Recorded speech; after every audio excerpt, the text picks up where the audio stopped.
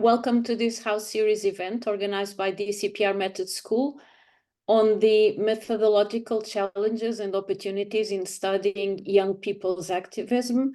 My name is Susana Salgado. I'm a Principal Research Fellow at the Institute of Social Sciences, University of Lisbon. I'm sharing this roundtable today with Sebastian Koehler, a lecturer at King's College London, and we are the ECPR academic conveners for the Method School. And today we have three brilliant scholars with us, but I will keep the introduction very short because we are here to listen to them. Jennifer Earl is Professor of Sociology and Criminal Justice at the University of Delaware, and she is our keynote speaker. Jennifer's work focuses on political change and activism and young people's political participation. We also have two discussants who are also responsible for courses in our method school. Joe Howard is Research Fellow and leader of the Participation, Inclusion and Social Change Cluster at the University of Sussex. Joe's work is mostly focused on participatory and action research processes. And Bruno Cautrès is Senior Research Fellow at CEVIPOF, Centre de Recherche Politique de Sciences Po. Bruno's work mostly deals with political attitudes and behaviors, comparative survey research, and quantitative techniques. So Jennifer's presentation will last for 40 minutes, and then Joe and Bruno have approximately 10 minutes each, and the final 30 minutes will be for Q&A. Jennifer, Joe, and Bruno, thank you so much for accepting our invitation to be here today. And Jennifer, you can start whenever you are ready. Fantastic. Let me share my screen. Great. Are people able to see it now? Yes, it's perfect. Great. Well, thank you, Susana, for that wonderful introduction, and also to your co-organizer, Sebastian, to both of you for bringing me here, and for the technical team who's making this happen. I look forward to Joe and Bruno's comments. I think we're going to learn a lot together today, I hope, from one another. I'm going to spend about 10 minutes to start off setting the context for our discussion today. And I'm a bit worried that some of you may wonder, did I attend a talk on methods in this first 10 minutes? Because I'm going to really be trying to set the stage. But I assure you that you have attended a talk on methods, and that I hope to convince you that the issues that I raised in the first 10 minutes are really essential to understanding the methodological questions that I'm going to address. Let's see. There we go. Great. Many of us are likely on this Zoom. And by the way, I'm really flattered that so many people are on this Zoom, especially since it's late afternoon for many of you. But many of us are probably on the Zoom because we realize that young people have been and continue to be politically active in protest. Whether that is, for instance, in the US cases that I have looked at, lunch counters in the South during the civil rights movement, Kent State, Berkeley free speech movement, or contemporarily today with mass mobilizations in the last few years from Black Lives Matter. All of those would really be unimaginable without young people. And that's true around the world when one considers, for instance, high school walkouts around climate-related policies, or student protests from history like Tiananmen, or more contemporarily from Hong Kong. But unless it's specifically called out, the importance of young people in protest is often publicly forgotten or minimized.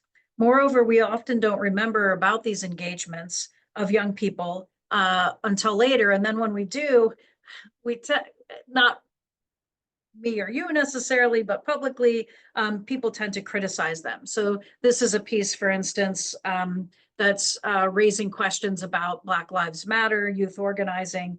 And Jones's research shows that, in fact, in the civil rights movement in the US, even though we think of things like iconic lunch sit-ins, that in fact many elders urged caution, were judgmental about those disruptive and confrontational tactics. In fact, young people's activism is often ignored, and when it's recognized, young people face a great deal of criticism for their engagement. So you see a book cover, duped, hashtag duped, indicating the sort of digital nature of that duping. And then a New York Times article asking, you know, are kids just too young? Generally, at least in the United States and in the European cases that I'm aware of, the framing tends to be something like, if young people are active, it's because someone sort of tricked them, they're puppets, they're not really genuinely active with their own interests. Now, that stands in contrast to what young people are facing. Young people are growing up and living through the consequences of a world that older generations has transformed, and not always for the best. Even though they're being ignored and marginalized in public discussions about seemingly existential threats to our planet and politics. And then when they are engaged, as I mentioned, they may be mocked or pilloried. This means that young people really face a political paradox, despite the fact that we have collectively created complex and even existential problems and then failed to ameliorate them. It is nonetheless young people who we do not trust to play a meaningful role in their resolution. The academic moniker for this constellation of beliefs that supports this political paradox is known in the sociological and political socialization literatures as the youth deficit model, and is discussed by many, including, for instance, Ulcer and Starkey, and summarized and critiqued by co-authors and myself in a 2017 Sociology Compass review of research on young people and activism. It has a number of core tenets. For instance, the idea that young people lack unique interests that are independent or orthogonal of adults. This assumes, for instance, that young Black women face the same problems and have exactly the same interests as middle-aged or more senior Black women. This view is easily maintained because we rarely have public discussions of young people's interests that are led by young people, and we have very limited reporting on young people as political actors. And here I would point to recent work by an EU project, Eureka, which published a good deal on media coverage in Europe about this and supporting this claim. Some tenets of the deficit model also question the ability of young people to act wisely, even if they do in fact have unique interests. Consider, for instance, Chan and Clayton, whose allegedly science-based screed against lowering the voting age claimed that, quote, the worry about extending the franchise is not that 16 and 17-year-olds would not use their voice, but that too many of them would vote and do so incompetently, end quote. And then the explanation for that turned on their allegedly underdeveloped brains.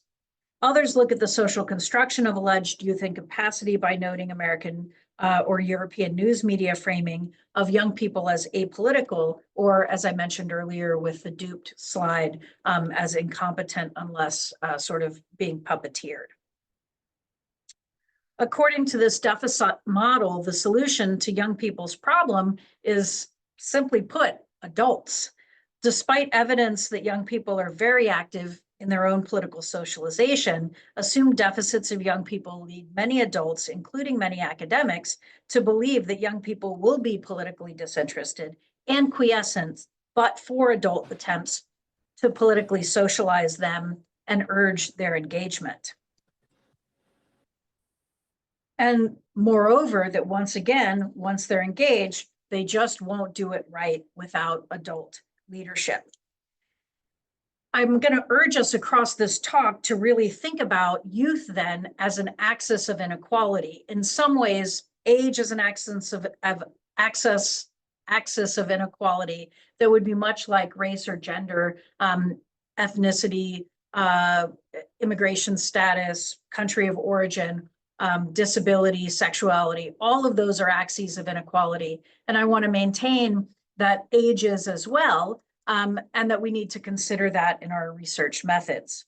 In fact, I think if you don't think about age as an axis of inequality, this is all really surprising from a historical perspective, because we know empirically that young people actually often have been the foot soldiers of social change and of social movements. But when one views age as an axis of inequality, these political incongruities become legible.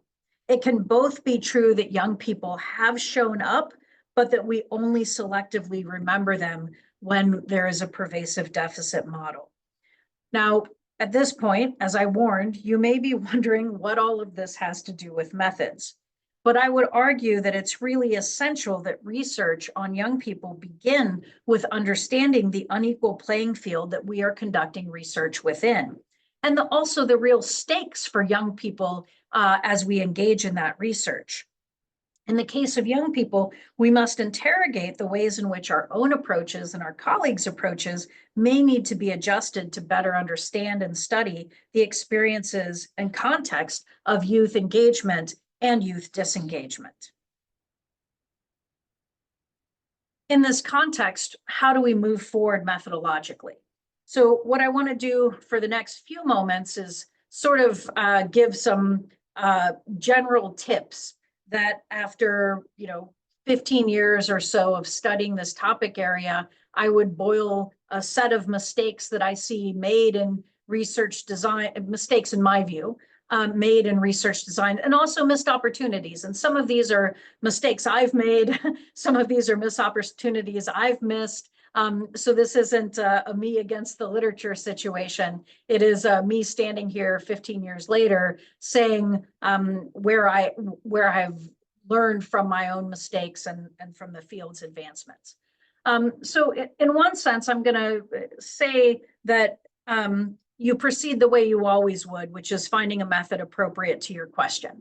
But this wouldn't be a very interesting, helpful, or informative talk. But I do want to just mark off that although we need to be sensitive to the way in which age is an axis of inequality, and it affects both how we should study it and how we might interpret the data that we collect, it is also the case that there isn't a single method for studying questions related to young people. And so a challenge, for instance, in putting together today's talk is thinking about how to speak to a variety of different methodological traditions, all of which have something important to say about the study of young people. And so after I talk through some of these general pieces of advice, I'm going to look at several research traditions within the study of social movements, kind of the biggest research traditions within the study of social movements, and reflect on what would sort of be a needs improvement, a good, and then best model of thinking about how to approach young people. As we move our way to there, I want to start with the sort of second set of bullet points, which are really about, what kinds of things might you ask yourself? And the way I'm visualizing this is, if you were to think about reading this list before you design a study, and then you write your methods section of your proposal, and then you ask this set of questions again to yourself, or as a reviewer, you think about these as a resource for things you may think about interrogating in someone's proposal or research. As a result, I think if we were to all aspire to be able to really think deeply through these questions, the quality of what we learn would be advanced. So the first tip I want to really give is, a lot of times people approach thinking about a methods question as an operationalization question. What ages are young people? And this is going to be true of any study. People are going to have to define what's youth mean, who are young people. And instead of treating this as like a technical operationalization question, or even something that's maybe culturally bounded and changing, because of course surveys on who is considered young show that in several, in the US and in Britain, for instance, the two places that I'm aware of surveys on, that the age that people are considered young is slowly climbing up. Instead, I want to try to encourage you to think about age as heterogeneous. And even the age of young people as very heterogeneous. And so I'm encouraging you to flip this question from being a question about who is in a light switch kind of way, on and off, who are young people, to a question about the heterogeneity of age in young people. There are, in fact, I have data that shows that there are very young people involved in protest. And sometimes that is going to protest with people in their families, but sometimes that is interest on their own as 10, 11-year-olds. Right now, when we think about what counts as young people and somebody says 30 and younger, 25 and younger, most of that emphasis is really on that 18 to whatever we define as the cap for age for youth. And I want to encourage you to think about that as heterogeneous and really ask yourself, how could you think about age as something where you might study people who are younger than 18, who are younger than 16, and have that be politically informative. But also that as well as there's heterogeneity in age, age is part of an intersectional identity.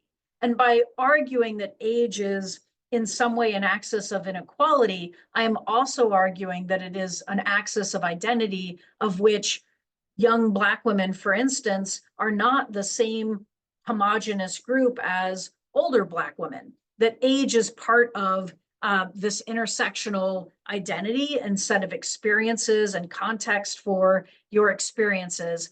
And so I want to recommend that you think about how will your research methods help to surface and make sense of that heterogeneity, both in age, but also in the intersectional identities and experiences of the young people that you're studying. I mean, there's a way in which, it's difficult to study young people, but studying young people as a block isn't a thing. Young people don't exist as a block. They exist as people, as anyone else, within a set of multiple identities that help to understand their situation. The second tip I want to give you is to think about whether or not your research methods are really giving you a chance to actually empirically interrogate the deficit model assumptions or expectations. Or put differently, is youth treated in your research, whether methods, theory, or both, as something that is essential about youth versus understanding the way in which youth experience may be socially constructed, that the definition of youth is itself a construction, and really allow you to interrogate empirically the assumptions. Now, this may be harder than one thinks. I have often been in conversations where people are not thinking about young people as representing some axis of inequality.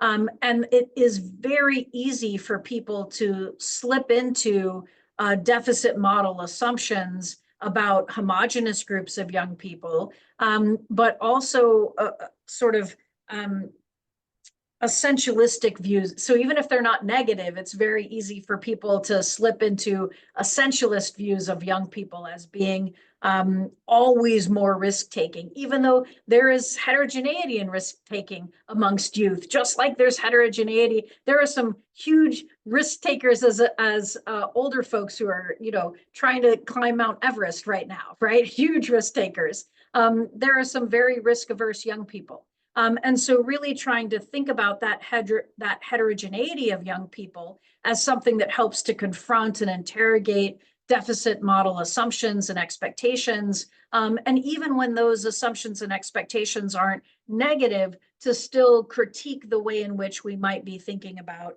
youth as homogenous. A third thing I would suggest that you think about is that you really think about how your methods would allow you to recognize if and where young people are underreporting their own behavior. And young people aren't in this culture and in these political systems that are treating them and constructing them through a deficit model with some sort of cloak around them about the effects. They are hearing messages about how they're not good enough, how they shouldn't be interested in this. And some young people are persisting in engagement through that, and some people aren't. And some people are persisting in engagement, but really devaluing what they're doing. And this pointer to me comes directly from some interview research that Tom Mayer and Morgan Johnsonbar and I have done, looking at how young people who may be quite active nonetheless still decline to call themselves activists.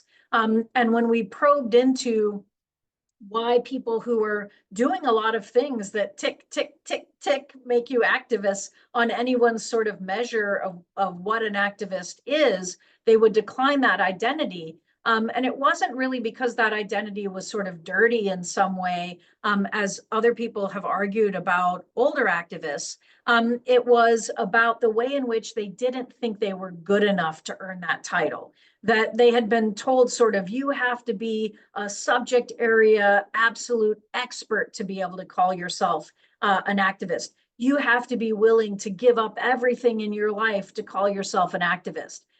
You have to meet these incredibly impossible standards, and you're getting all these messages about how you can't meet those standards, and that in order to show that you are not deficient, you have to be way up here. And some of the people that we interviewed managed to summit that great height, and but many people didn't. And many of the people who called themselves activists showed that they actually had more relaxed definitions that were not as deficit connected. In your own research, this means thinking about, how am I asking a question about people's behavior, whether this is on a survey or in an interview or to yourself as you take and analyze field notes? How would you distinguish between the representation someone gives you of what they're doing and how they see themselves from behavioral reports from them or other people about what they're actually doing? Because one of the things that this pervasive deficit model you would predict would lead to a devaluing of those kinds of actions and behaviors. 3 more tips before we get to the sort of distinct research areas. I think it's really, if we are thinking about age as an inequality or an access for inequality, we think about the heterogeneity of young people, then it becomes really important to surface through our methods and understand the unique viewpoints, strengths, and capacities of young people vis-a-vis other groups age-wise, but also within that heterogeneity of young people. I think a lot of, if you were to summarize the development of work around young people and political engagement, there's this period in time where people got very concerned after Putnam that young people just were very disengaged. And then there was a ton of work showing different kinds of engagement, and then a ton of work reacting to that, showing, no, actually, young people are quite active. We're just counting it wrong. That reaction, that we're counting it wrong, I think is a really important thing to learn from, because it suggests that one of the insights that wave of scholarship had and should deliver to us as a methodological insight is that just because you don't see what you have traditionally seen in an area doesn't mean that there's nothing happening in that area, right? I mean, that's the story of much of this, work from like the mid 2000s to late 2000s about young people, is that there are these different capacities that young people are developing, these different strengths, these different viewpoints, these different views of citizenship, for instance. A 5th point would be whether or not your research methods are helping to identify barriers for young people's engagements, or places where young people may be trying to be active but really struggling. And here I think of all the ways in which we have really set up young people to be quiescent.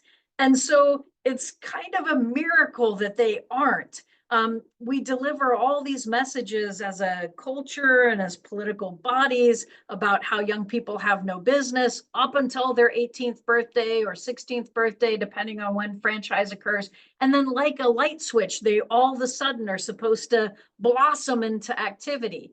And then when young people may have lower voting or participation rates than senior citizens, for instance, people say, oh my gosh, young people are disengaged. Well, this is, we've created the seeds for that disengagement by telling people this isn't for you. This isn't for you. Still not for you. Not yet for you. Almost for you, but nope, not still yet for you. Oh, why didn't you do that? That is a really impossible message that young people are dealing with. Not to mention, young people are becoming socialized in an incredibly politically toxic moment. Young people today are becoming politically socialized when authoritarianism is on the rise around the world. They are becoming politically socialized in a moment where there is pervasive and increasing amounts of disinformation. They are becoming politically socialized in a moment where people are literally being attacked for what they believe. They are coming of age in a moment where we have placed so many barriers in front of their engagement, and yet many still persist. And I think it's really essential that researchers try to surface those barriers in their studies so that when we find variation, because we're going to find variation. I mean, like, give me an area of social life where you're not finding variation, and I'll say there's probably an issue with the way the study is designed.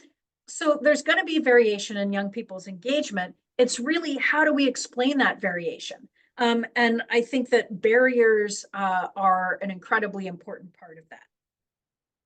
Last thing I want to touch on, and this has to do sort of with the composition of your research teams.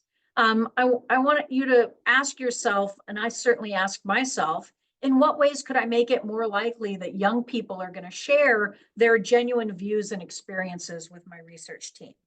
This is in some ways a recruitment issue. Who do you have trying to get young people to answer your, to be involved in interviews, to allow you into their organizations? And I would argue, and indeed my own experiences, that young people, you will often get farther and get more detailed and earnest responses when you engage young people on your research team. So for instance, in the interview study that I mentioned that Tom Mayer and I conducted, we trained a group of undergraduates at the institution that we were conducting the research at. And we trained them to interview, put them through mock interviews, would listen to their transcripts after real interviews and talk about like, okay, here's this point. Next time you might want to think about, like, could you have gone here? Could you have developed this more? Really sort of coaching around interviewing. And our sense was, and I stand by this, that for college students, we got college-age people. We got, I think, more detailed responses than we would have. For high school-age people, this was essential. That even the recruitment by older members of our team was very different than when we could have younger people engaged in recruitment. And so I want to encourage you to think about how young people are part of that data collection and how that actually may facilitate higher quality data collection. Okay, don't worry, you don't have to look at this whole thing at the same time. I'm going to go row by row in 4 subsequent slides. I'm putting this all together in a single slide because I want you to now realize that we've reached the third and final moment of this talk, in which I'm going to reflect on 4 major research traditions within social movement studies. Research on surveys, which is often used to study micromobilization, research on organizations, which may be ethnographic work inside of organizations, or maybe more organizational ecology kind of work about the field of organizations.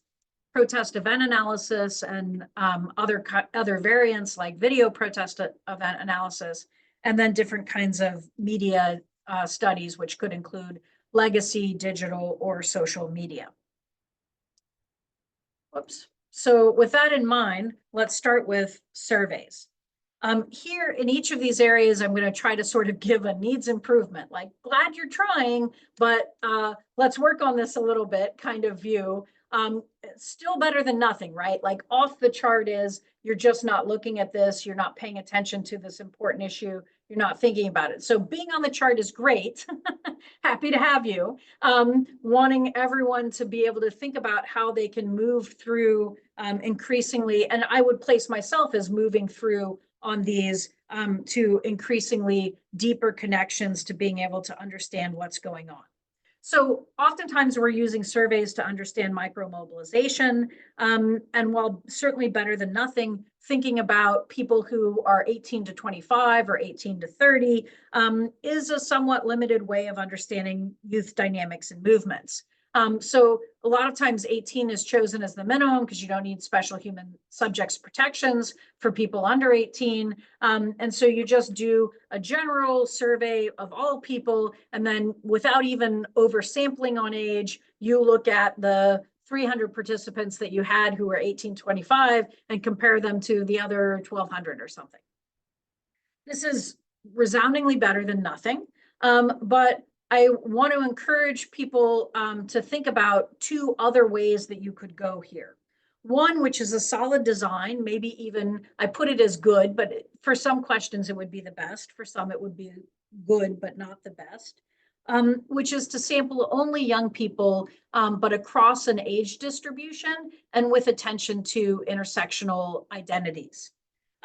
This, for instance, was the strategy used by a group of survey researchers who were part of the Youth and Participatory Politics Research Network funded in the US about 10 years ago now by the MacArthur Foundation. It was a great survey, a panel survey. People learned a lot from that work. They importantly did oversampling on different intersectional identities. So they had a youth only sample, but then they oversampled, for instance, on young people of color to make sure that they had ends of notable value so that they could really understand what's going on, for instance, for young Black women that's different than young white women. And I think that that is a wonderful design, got a lot of great insights from it. If money was no object, time was no object, we might want to actually embed that within a sample that does some sampling of people over whatever we're defining that age cutoff for young as, but then oversampling young people and oversampling young people with different intersectional identities. That oversample lets you get enough young people that you can ask the same kinds of questions as the youth-only samples, but it adds the ability to compare. Because one of the issues when you don't have any older people in the sample is you have to turn out of sample to data about what you expect people beyond your age cutoff or thinking or responding, and that makes the comparisons a little bit more messy. This, although not with the oversampling, but just with the age distribution, is the route that the Eureka project went with, the European-funded Horizon 2020 project, and the survey part of that really did open up the age banding, but I don't think that I could be corrected if I'm wrong, but I don't think that they did a ton of oversampling on young people. Now, of course, you could also do other kinds of work on micromobilization. So I'm not saying surveys are the only way to study micromobilization. You could, for instance, do qualitative work like an interview study. I mentioned the work that Tom Mayer and I have done on this, where we interviewed young people who were both engaged and not engaged, and then of young people who were engaged in very different ways, an open sample of young people to understand micromobilization. That's fantastic. And I think many of the points that I've made earlier would help you in those kinds of studies as well. Another major research tradition in the study of social movements is the study of organizations. Since the introduction of resource mobilization as a major theoretical impulse in social movement studies in the 1970s, social movement scholarship has been obsessed with the development, growth, and processes related to organizations. And indeed, much of the early work around young people's political involvement was ethnographic work that looked at how inviting or problematic organizations were for young people. This ethnographic work is fantastic. I would encourage you to look at work like some of the people on this call have done. I think I saw Sarah in the audience. You have work by Hava Gordon, Jessica Taft, many great people working on how young people operate within organizations. I do think that there's a lot of room to have more quantitative work in this area that's more sort of, if not, I mean, I'm not endorsing like a pop ecology approach, but is of that sort of, let's look at the organizational field and try to understand when organizations get founded, how long they persist, how they may differ from in that sort of quantitative organizational perspective kind of way than organizations founded by and maintained by memberships of older people. The sort of needs improvement version of either kind of study is looking at is sort of the survey version translated to organizations. Let's really study organizations, but then as an afterthought, think about younger people, 18 to 25 in those organizations. Although if you think many of the organizations that we're talking about in the climate movement in the US and around gun safety are actually founded by people who wouldn't be necessarily caught within that 18 to 25-year-old band. They're high school age folks or sometimes even younger. A good design here would be really designing methods that let you compare young people's experiences across multiple organizations so that you have some limited method of difference, so that you're not just sort of treating everything as about this is a homogenous young person and how organizations treat them, but this is the sort of nexus between this kind of organization and this kind of organization and this kind of organization between intersectional youth identities. A best method, and again, often the best are where money and time are no object, is going to be a method that lets you compare relatively inactive and relatively active young people, and even maybe formally active young people's experience across a substantial range of organizations. This really ups the method of difference because instead of just looking at young people who manage to get into those organizations, because there may be a pipeline issue that's the barrier with those organizations, it lets you ask a broader question about how the ecology of organizations in an area is fitting the needs, desire, wants of young people, and then how young people are or not making decisions to join and then act within those organizations. I think, a lot of people may be surprised to see this slide, like how is protest event analysis going to be involving young people? I've spent about the last 5 years really working on this problem. Like we have all these great data sets on protest events around the world. And certainly I've used a number of the data sets in the US. I think it's really important that we try to figure out how to think about how one of this major areas of methodological work in the study of social movements could better identify and then explore young people's engagement. So the sort of needs improvement, again, better than nothing, is saying, okay, a lot of these have a marker for student as a status. And so people could sort of wrongly, or inexactly make some sort of correlation between student status and age. Better than nothing, but not certainly a good or best practice. I think good practices are sort of what I worked maybe 5 years ago to maybe last year on as a problem, which is how could you go back into these data sets and try through different techniques to surface and recognize young people's participation. But where my work, which is collaborative with Tom Mayer again, and also Josh Singh, is moving now, is to try to think about how we can design research methods that would allow us to really explore the heterogeneity of young people and the heterogeneity in the way that young people are represented in that data, whether that's through co-participation with older people than them in actions, youth leadership, youth organizations, to really go back to that first principle that I raised in my advice of how do we embed that heterogeneity of young people and heterogeneity of identities into our research methods. Okay, last research tradition is media. And instead of going through the needs improvement, good, best, I'll let you read that while I say that I think that, and we can talk about that more in Q&A if people want. What I would really focus people on is when we're thinking about media, particularly how media recognizes or fails to recognize young people, I think we need to really be focused on age as an axis of inequality. Because often, if we think about public discourse and other minoritized or marginalized groups, there's a tendency in the media to sort of progress through different, I don't want to say stages, but let's say dispositions in relationship to that inequality. One of the first places would be to just ignore it. You just don't cover young people. And when you're covering young people, you don't report on youth as a part of their identity.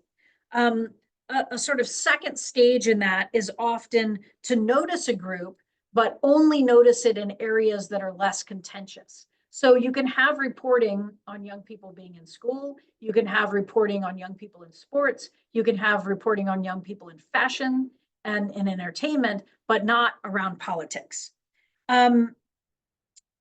Another step would be to notice a group and realize that you have to acknowledge them, but then speak for them. So here, other people would be commentating about youth as opposed to youth. And then a final point might be actually allowing that group to speak for itself. I would argue that any media studies around youth and how youth representation works needs to think critically about those different moments. All right, with that in mind, I realize that I'm like 2-3 minutes over my allotted time, so I'll wrap it up and thank you. And I look forward to the discussant comments and also your questions during Q&A. Thanks. Thank you so much, Jennifer. It was a really excellent lecture. We now have our discussants, Joe and Bruno. I don't know who wants to start. Not mine. You'll go. Okay, Bruno. Okay. I start. Do I start or? Yes, please. Okay. Jennifer, thanks very much for this excellent lecture, which is first plenty of methodological wisdom. It's so good because we are in a method school, and it's so good for our participants to show them that actually, and to show to the people, to the audience of that roundtable, that academics, we are producing data, we are collecting data, we are analyzing data, but we never forget to think about the fundamental things that we are doing, which is actually the way that we are measuring the phenomenon, the way that we are observing, the attitude that we have ourselves in the field work. So this is really very good. Plenty of methodological wisdom and plenty of intellectual honesty, and a very pedagogic, by the way, very pedagogic lecture. So thanks very much for all of this. My first point of comment, it is certainly coming from my quantitative background, which is that when we, even before that, I'm going there. So my first point is by the age limits. As you say, it is an endless issue when people are interviewing youth, interviewing young people, designing the study. We have this endless debate. What are the age limits? When are you young? When are you finishing to be young? I just would like to first to indicate to you that in the European Social Survey, they did something quite fascinating a few years ago. They were asking to the Europeans, at what age do we stop to be young, and at what age do we start to be old? And the result was absolutely fascinating across the European countries. If you take my country, France, on average, people are saying that we stop to be young at the age of 40, and we start to be old at the age of 60. In other countries, it's not exactly the same. In other European countries, you stop to be young at the age of 35. So first point, it's a very interesting issue, which are the issue of the age limit. And that question of the age limit is not only a question of the age limit in your talk, it's also the question of heterogeneity. It's a key word that you have pronounced so many times during your lecture, which is an absolutely fundamental methodological issue, which is that are we controlling for non-observed heterogeneity that we can always suspect that we have in our data collection, and it is probably one of the top methodological concern of any good methodologist. Do I limitate heterogeneity? Do I take into account heterogeneity? And so on. And you are absolutely right that youth or young is not a block, exactly as you said. We are constantly repeating that when we are giving a speech, when we are talking about young people, when we are talking about unemployed people, when we are talking about the senior. It's not homogeneous group, it is heterogeneous. You are particularly sensitive to the question of intersectionality within the young group.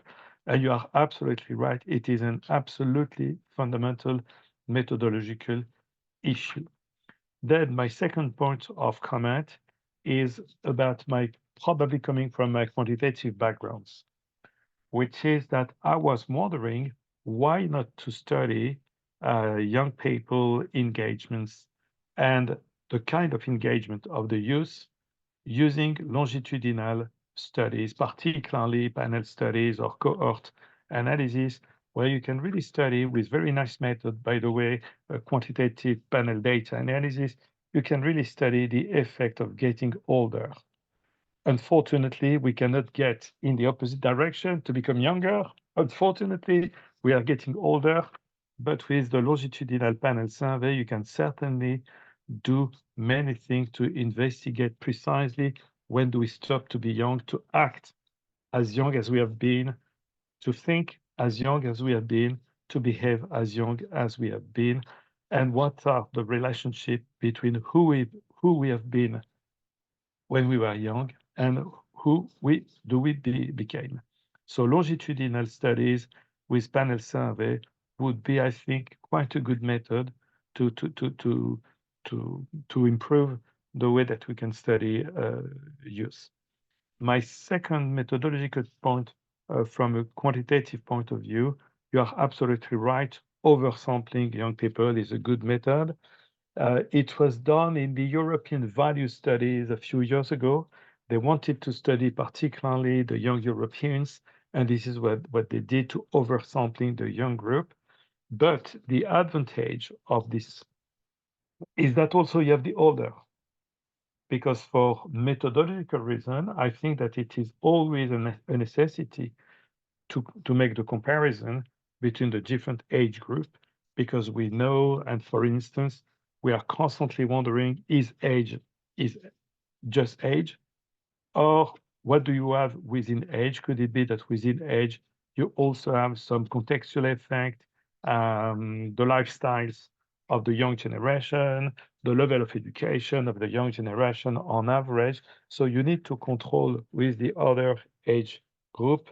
And I know that you are absolutely aware of that. You clearly said that if we would have time and money to the infinite, we would do all this kind of things.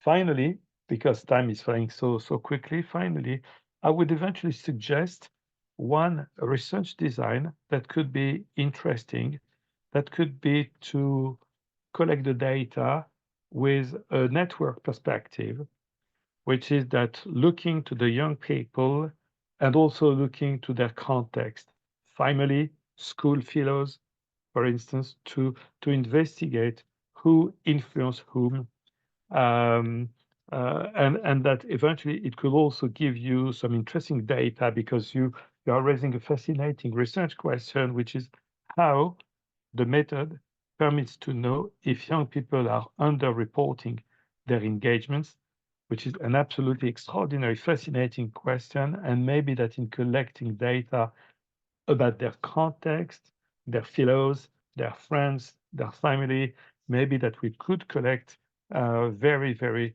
interesting data. I think that my 10 minutes are nearly over. Tell me, Susana. I think that my 10 minutes are nearly over. You still have 1 or 2 minutes if you Okay. need them. Okay. So if I have still 1 or 2 minutes, I would also say the following. Let me find my notes. Yes. We also have this. I would like to get back to the issue of heterogeneity. It's not only a question of correctly observing intersectionality, segmentations, sociological segmentations of the young people. It's also a fundamental issue to apply quantitative techniques, because one of the enemy of quantitative techniques is obviously non-observed heterogeneity. So it's an absolutely fundamental question that you are raising, even if most of the time you take it most from the qualitative perspective, but for quantitativists, it is an absolutely fundamental issue. And if we are lacking, if we are lacking, or if we are not measuring the complexity of identity, the complexity of sociological segmentations of the young people, we won't be able to develop good quantitative model to explain their attitudes and their behavior. Thanks very much again, Jennifer. I have learned plenty of things in hearing you, and I just would like to get time to read you. Thank you so much, Bruno. Last but not least, we have Joe. Thank you. What an excellent roundtable this is. So yeah, first of all, thank you, Jennifer. It's a very stimulating presentation. I was getting excited all over the place, and you were raising a bunch of questions and issues that are close to my heart. And methodologically, I think I will very nicely complement what Bruno has been saying, because I'll take a very different methodological approach to answering a couple of questions that you raised, Jennifer. And I think, so I look at the contribution and the why of using participatory research, and thinking about this in terms of working with young people and young youth activists is a very interesting one. And I really like the way you framed some of these issues. It's very helpful. And I guess that what I'd already thought about saying, I've kind of linked it a bit into what you were raising. So I think that there's something around researcher and participant positionality. So how do we know, how do we examine what it is we think we're asking and the assumptions that underpin that? That's one thing that I'll want to address. Then, so who, and I suppose linked to that, so whose views and whose perspectives? And the other one is around heterogeneity and intersectionality, but thinking about it in a slightly different way to the way Bruno has spoken about it. So I just wanted to just introduce a perspective on research with young people and young youth activists using action research and why you might do that. Obviously, it depends on your question and your research objectives, but action research has an action reflection cycle embedded in it. And so a group comes together and brings some kind of data, often their lived experience is the primary source of data. They reflect on that, they make meaning together in a group around what this means, and then they decide what they want to do or what they want to test out in another cycle of action and reflection. And what this does, well, it does a number of things, but one of those things is that through that cycle, you're able to examine, are we asking the right questions? So if a researcher starts off with their question that they think is the question that young people need to answer, or that we need to answer about youth activism, it can be addressed and questioned and tested out. So that's one thing I think is quite interesting as a way of addressing that question that you raised. And I think another contribution is it raises action. So action research creates a space for what we call first person and second person research. So the first person is I exploring my own reality, and then the second person is we as a group coming into dialogue around to look across our different experiences or our different research that we've done perhaps as co-researchers, and interrogate that and make meaning from that. And that space, I think, is a really interesting one to introduce into social movements and action activist worlds, which are very action driven and not so much reflection driven. So creating that space for reflection is both a very useful thing to introduce, but it also helps to privilege the less confident voices. So a criticism is that certain voices are the most strident. And so what about people who feel strongly, but their voices aren't heard as easily? So that's one area. So then you talked about co-research, and I totally endorse that, how bring people in, and it doesn't have to be full-blown action research, but you can train young people to be co-researchers. Something that happens there is that I think there's a sort of double thing going on, because there's also the kind of capacity building and confidence building, that you bring a group that is marginalized for whatever reason. And I really like the way you're kind of really emphasizing that marginalization is intersectional, and young people are marginalized because of age, but in their lives there will be other factors. So how can you can use research as a way of building capacities across different intersections of marginalization.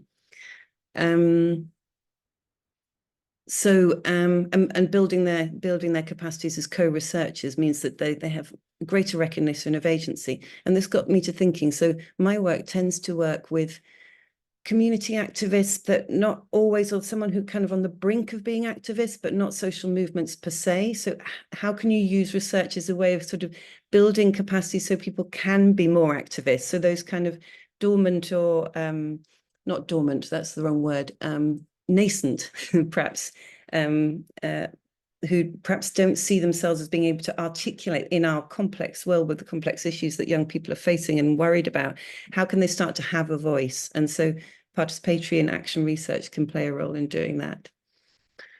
And another thing, so colleagues of mine at IDS, where I work, have been doing, have had a big action research program with children working in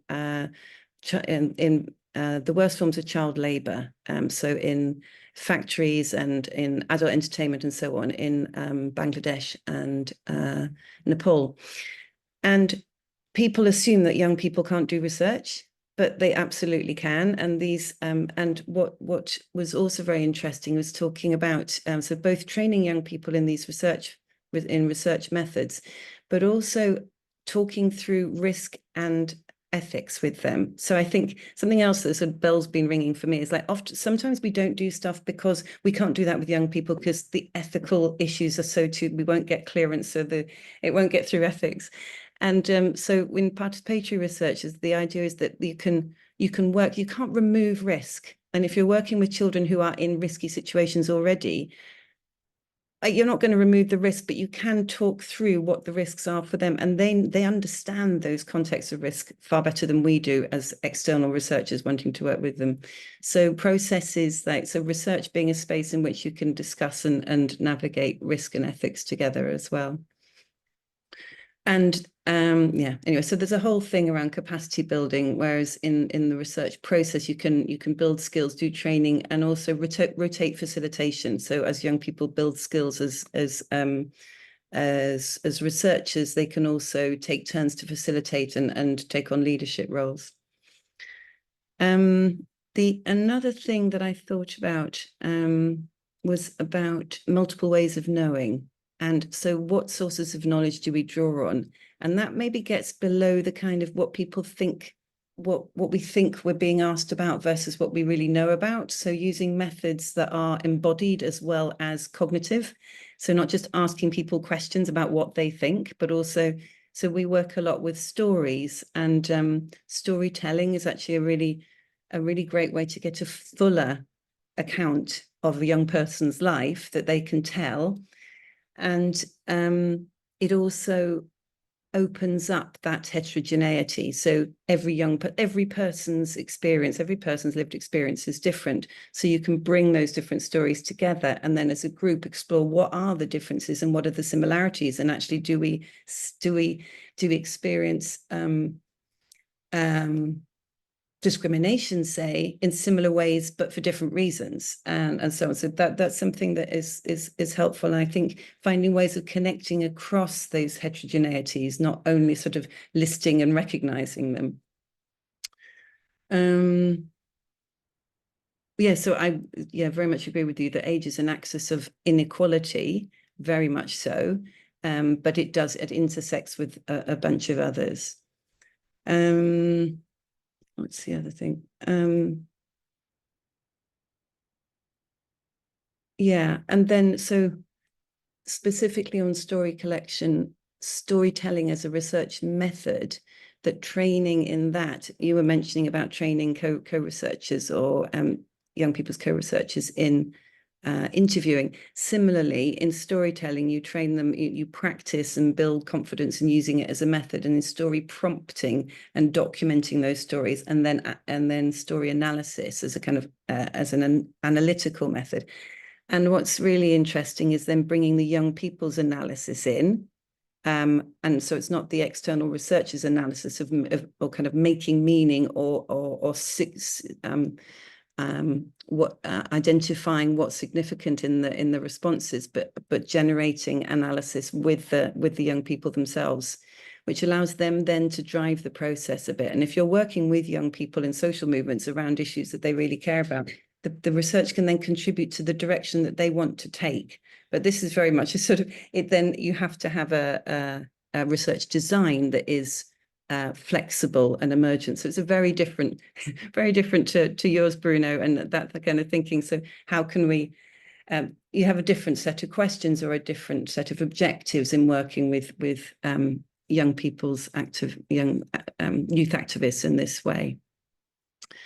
I would say there are challenges, and there are plentiful challenges, but I think in particular, and then I do think this kind of methodology is very complementary, because it doesn't have, you can't get, although colleagues of mine do try and get geographical scale out, but you can't have the scale of a survey, but you can go into process, and you can scale out, but you can go deeper. You can understand the why and the intersections in some very, very nice complementary work, I think we could be doing around this.